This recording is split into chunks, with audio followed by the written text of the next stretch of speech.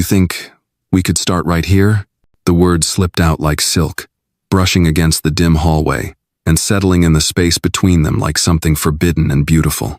Dante Carter froze, mop halfway across the polished tile. His grip tightened around the handle. He hadn't expected her, Tonite hadn't expected that. Maya Williams stood barefoot in the open doorway of her office, framed by warm amber light and silence. She wore a midnight blue dress tight fitting, soft as breath, tracing every line of her body like it had been stitched for her and her alone. The fabric hugged her hips, curved around her waist, and dipped gently at the collarbone. 32, a widow, and every inch of her carried the quiet confidence of a woman who'd walked through grief and come out the other side stronger, but not untouched. She leaned against the doorframe, holding a mug between her fingers. Her eyes were tired but open, as if she wasn't just seeing him but choosing to. "I'm serious, you know," she said, voice low and steady. "I know it doesn't make sense, but maybe it doesn't have to." Dante didn't move. He wasn't sure if he could. She took a step forward, the soft material of her dress swaying with the motion. "You come here every night, silent as breath. You fix things no one else notices, clean messes nobody thanks you for, and yet somehow, you see me." He glanced away. "I'm not supposed to talk to tenants. You're not a janitor tonight. You're a man who notices which tea I drink and leaves it just outside my door on Thursdays. You remember things. You don't flinch when I fall apart." He swallowed hard. "That was a mistake. I shouldn't have seen." "You did," she cut in gently. "And you didn't look away. You stood there like I wasn't broken, like you were waiting for me to come back from wherever I'd gone." He blinked, the mop still idle in his hands. "I spend all day being in charge," she continued. "Everyone I talk to wants something from me, through me, or for themselves. But you," she smiled faintly, a little sad, a little curious. "You clean up after the world without asking anything back. And I wonder, when was the last time anyone asked you if you wanted something?" Her words weren't flirtation, they were deeper, closer to something sacred, an opening. "I just clean, Miss Williams," Dante murmured. "Maybe," she said, taking one more step. "Or maybe you're the one person in this whole building who doesn't lie to themselves about who they are." He felt heat rising under his collar. "I should finish the floor." "You always finish the floor," she said, voice softer now.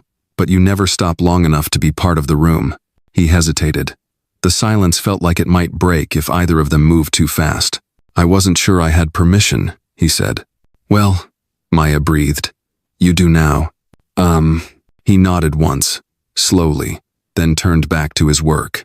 The mop glided across the floor with measured grace, not rushed, not mechanical. Behind him, Maya watched for another few seconds, then disappeared into her office, leaving the door open. Later that night, back in his narrow apartment above Macmillan's barbershop, Dante sat on his worn couch, city sounds muffled by the old windows. He stared at his phone but didn't open any notifications. Instead, he replayed her voice, the way the dress moved as she leaned into the doorway, the way her words pressed gently against places he kept buried. "You think we could start right here?" He thought of his mother's voice again. "There's folks who see your back, and folks who see your eyes. Know the difference, son."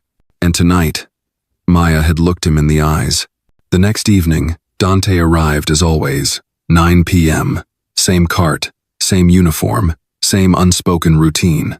But as he neared the executive corridor, he stopped. Her door was open again.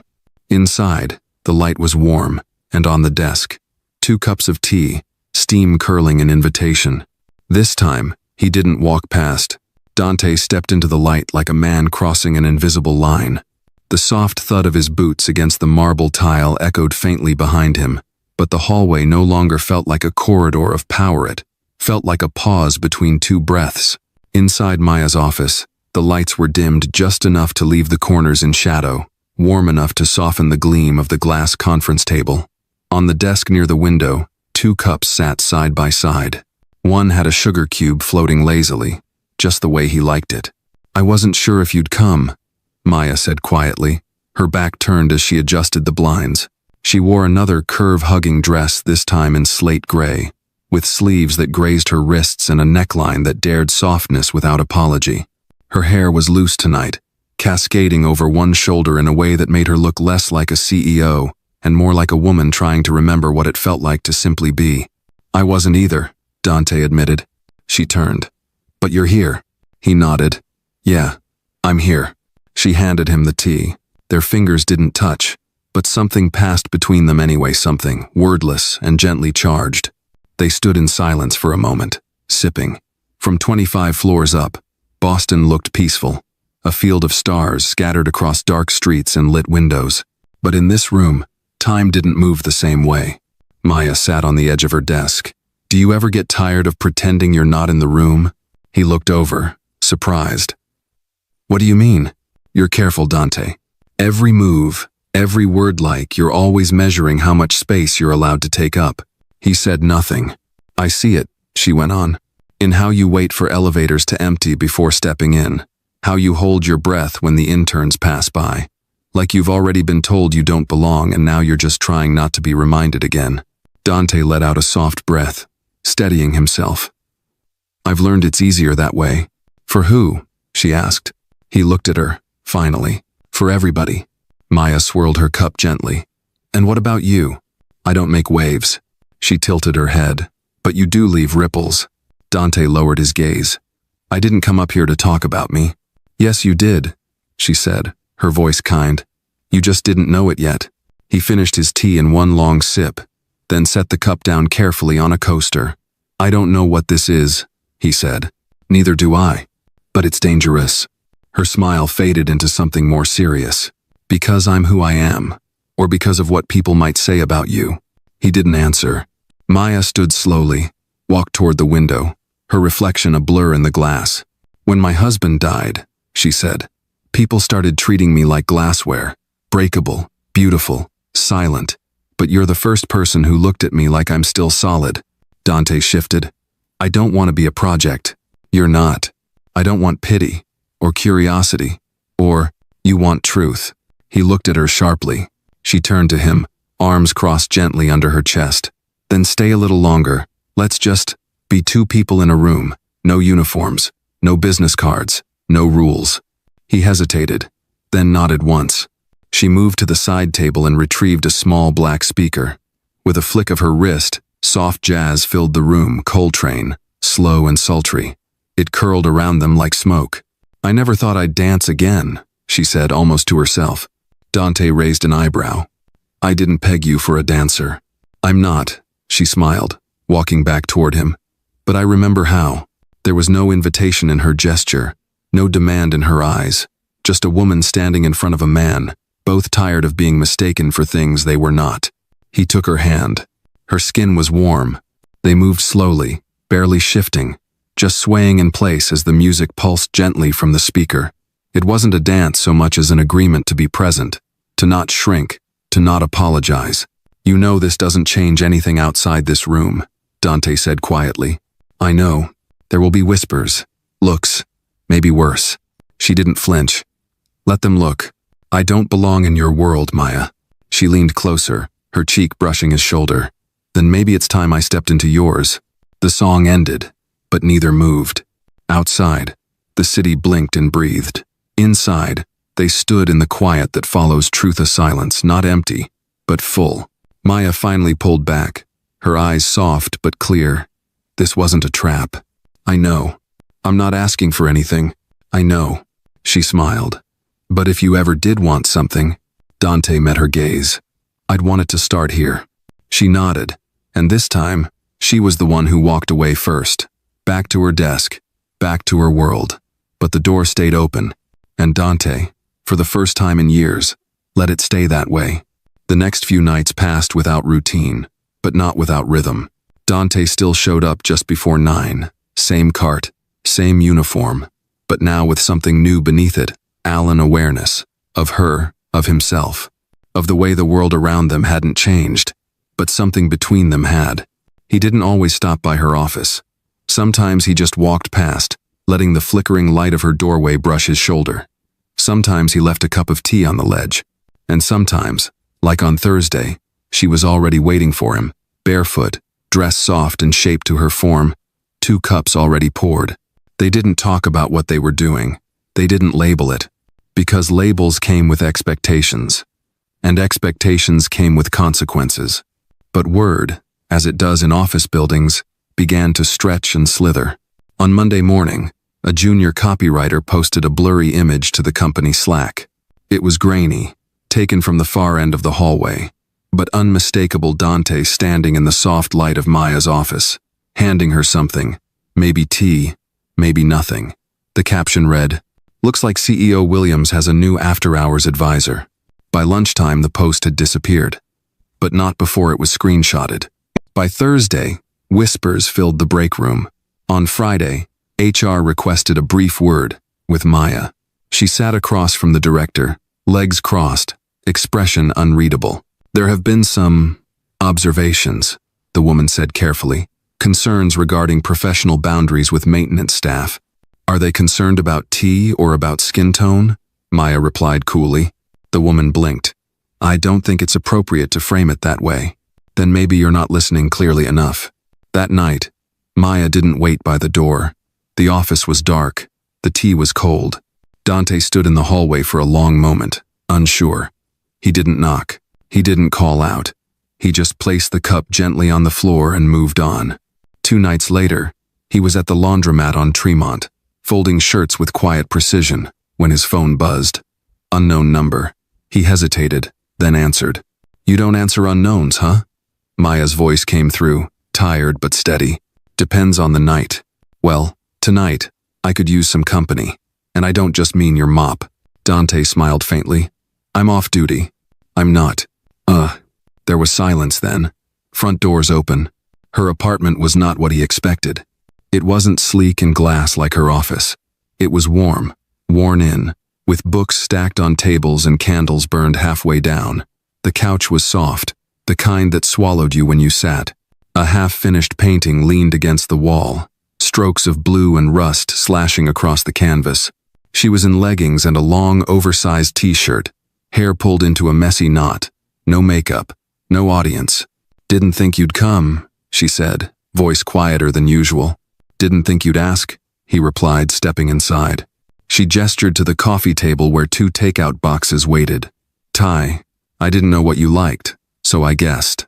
"You guessed right." They ate on the floor, backs against the couch, knees drawn close. They didn't speak much, just the occasional sound of noodles against chopsticks, the soft hum of Miles Davis playing low in the background. It was Maya who broke the silence. "They called you a charity project." Dante looked up slowly. "Someone in the office. Not to my face, of course, but enough times that it got back around." He didn't flinch. "That's not new. Number. But it's not okay either." He set his box down. "You don't need to defend me." "I'm not defending you," she said. "I'm defending us, whatever us means." He met her eyes. "They don't see me, Maya. They see what it means that you see me. And they're scared of that." He gave a humorless smile. "They should be." Maya reached for the wine bottle on the floor beside her, poured them each a glass. "I've spent my whole career being perfect, sharp, controlled, not because I wanted to impress anyone, but because if I wasn't, they'd replace me with someone who smiled more and cost less." She handed him a glass. "But you make me forget the performance." He took the glass, studied the color. "And what do I make you remember?" She looked at him, unwavering. "That I'm still allowed to want something just because it feels good. Not strategic, not smart, just right." He drank. "That's a dangerous thing to remember. I'm done living safely." They didn't kiss that night. There was no crescendo. Just 2 people, side by side, on a floor neither of them had planned to share. At midnight, he stood to leave. "I'll see you tomorrow," she said as he reached the door. He paused. "Will you?" Her smile was tired, but there. "That depends. Will you let yourself be seen again?" He didn't answer.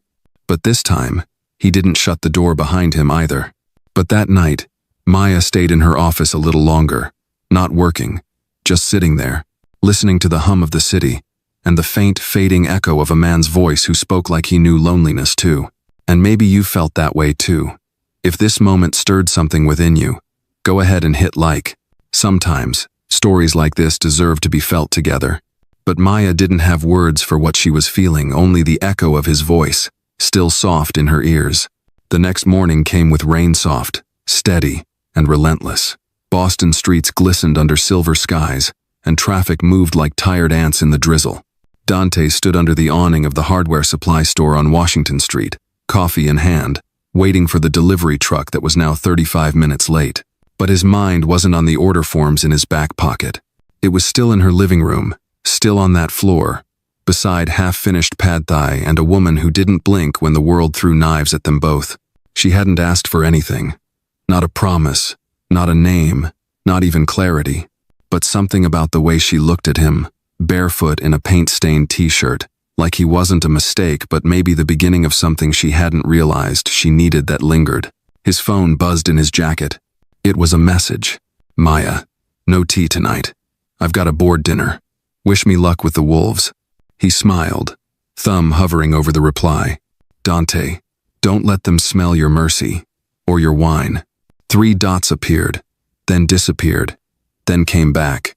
Maya, so you are thinking about me. He stared at that screen a long time, then slid the phone back into his pocket. The truck finally pulled in. Time to work. By the time evening came, the building felt different, colder, not because she wasn't there, but because she should have been. Dante moved through the floors with practiced rhythm, bathrooms, conference rooms, hallways. But when he reached the executive level, he paused outside her office. The door was closed, but a faint light glowed from beneath. She hadn't mentioned coming back.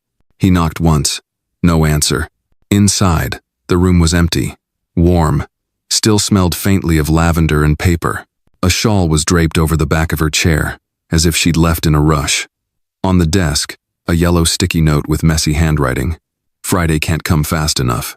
Dante read it twice, then tucked it under the edge of her keyboard so no one else would see. Then he left.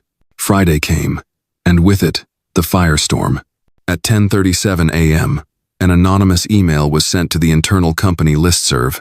The subject line, "Who's cleaning up after Maya?"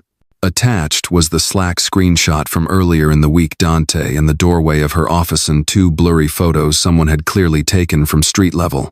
Him entering her apartment building late at night, her hand resting lightly on his shoulder.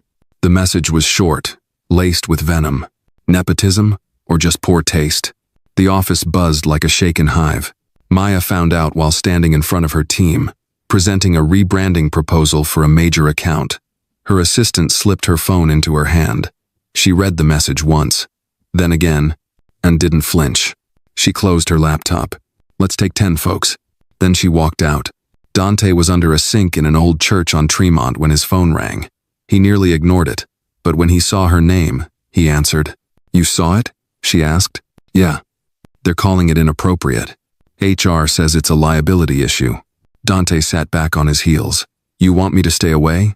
I want you to decide if that's what you want." He didn't answer right away. "Look," she said, her voice lower, rougher. "I know this isn't what you signed up for.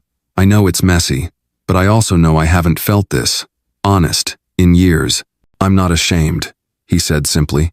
"I know you're not, but I don't want you to pay the price alone. Then don't disappear." "I won't." A pause.